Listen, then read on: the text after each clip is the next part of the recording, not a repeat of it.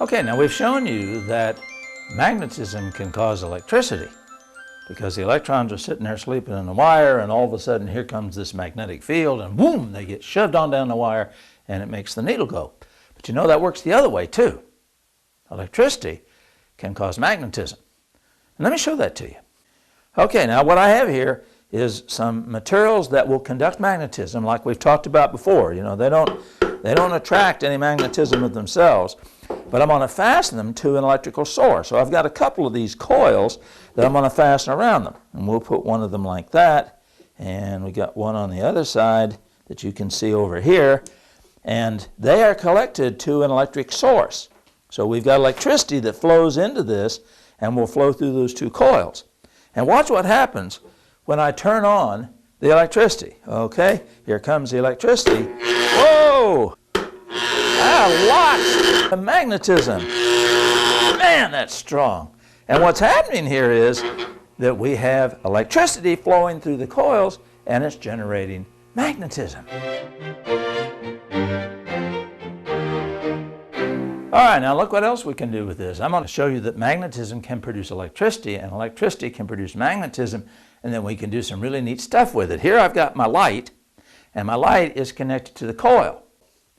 So there we have it. We have these two clips attached to this coil, which is not connected here at all, and we will put our magnet across here, and watch what happens when I put on electricity. Now remember, electricity is just going through this coil. It's not going through that coil. And watch what happens when I turn it on. Oh, my light bulb's burning. If I change the magnet, it doesn't burn as bright. It's still glowing just a little bit. But we're getting electricity, and the electricity is coming through this coil without being connected. So what's happening is the electricity of this coil is sending out magnetism, and when it goes across this coil, it generates electricity in this coil. But I want you to notice something. That light bulb's not burning as bright as it normally does. Look at this again. That's how bright it is. Look what happens if we just plug in this light bulb. It's a lot brighter, isn't it? It's a lot brighter. Has more voltage than it did here.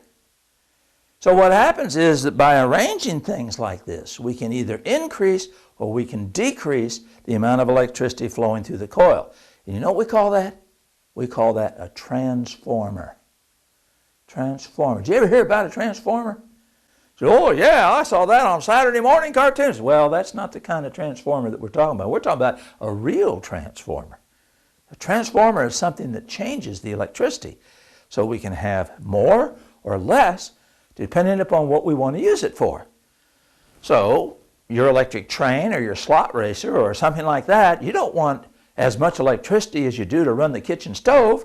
Man, if your dog stepped on the tracks, it'd shoot him right through the roof. You want a little bit of electricity.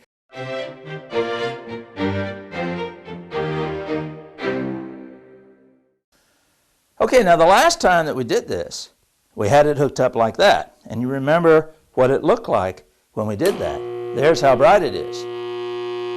All right, this time what I'm going to do is I'm going to take this wire, and instead of using all of the coil, I'm going to use just half of the coil. So we'll take this one off, and we'll put it in the middle position right here, and let's see what happens. Okay, now we're in the middle position, so we're not using all the coil. And watch what happens. It's not as bright, is it? It's nowhere near as bright because it's got less electricity. So because God gave us electrons with magnets, and because the electrons can be used to make magnetism, it can also be used to change electricity, to make it bigger if we need lots of electricity, and to make it smaller if we just need a little bit of electricity. Let me show you how we can get huge amounts of electricity.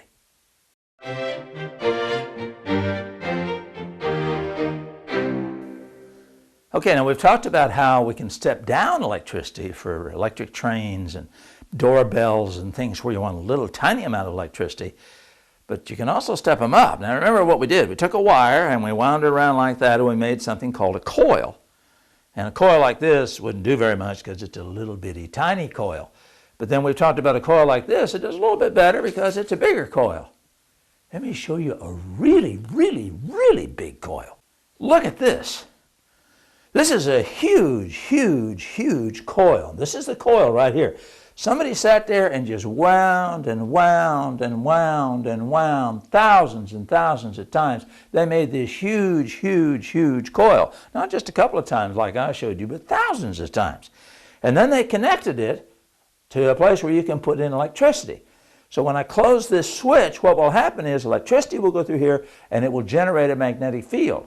And that magnetic field will cause the other coil that is on the outside to generate massive amounts of electricity, and a spark will jump here.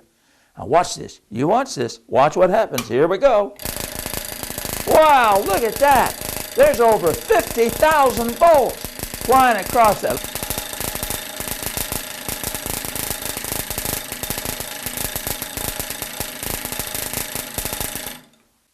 And you say, wow, what do you want to have that kind of electricity for? Well, for one thing, to run fluorescent lights. They take thousands and thousands of volts. The spark plug on a lawnmower or in your car takes thousands of volts. There's lots of situations where we need huge voltages, and that's one of the ways that we do that.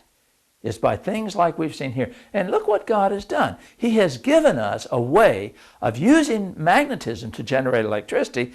And the way it's been designed, electricity can be used to generate magnetism. And then the magnetism to generate more electricity. It's a wonderful system, and it does beautiful things for mankind. Let me show you something else we can do with this that is really cool.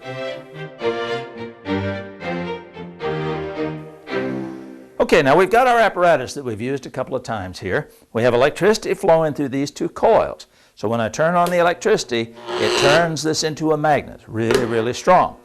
But what I want to show you is something that's neat about this thing that shows how God's arrangement of electrons to make magnetism and magnetism to make electricity move can be used together.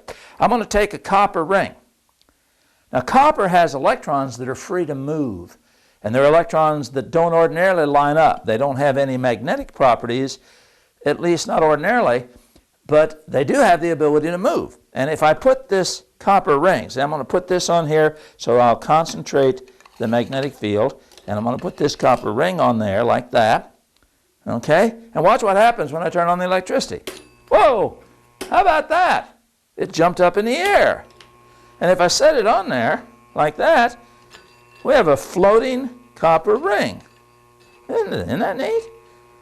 Let me show you something that happens here. I'm going to take this copper ring. Got the ring floating here in the magnetic field. I want you to watch what happens. I'm going to throw it to the cameraman. Let's see what happens when he catches it, okay? Watch this. Hey! Ah! Oh, what's the matter? It's hot. It's hot. Yeah, I wonder why it's hot. Well, what's happening with these copper rings is that electricity is flowing around and around in there, and it makes it hot. Now, if I have something that doesn't conduct electricity, this is a different metal, and this metal doesn't work, because the electrons aren't free to move in the metal. So what can we use that for? Well, you ever hear of magnetrons? Yeah, we can use magnets to heat things up, and we can use it to make motors, because the fact that you can have electricity float like that and generate it like that, that repulsion that's there can be used to make things go around and around. And so motors are possible for that. How important are motors? Well, that's a silly question, isn't it? So all of the things that we have in our lives are things that God has designed for us. And most of us don't even stop to think how just a simple little thing like making an electron so it has a north and a south pole and spins on its axis, how that would allow us to have so many neat things. Our automobiles, the electricity that runs our houses, the motors that we have, the stuff we cook with, so many things that are a part of what God has done for us. That's why science is so much fun. That's why science and faith in God support each other so much, because both of them come from the same source. And God has given us all these wonderful things that give us the capacity to live in the way that we do. Science and faith are friends, not enemies.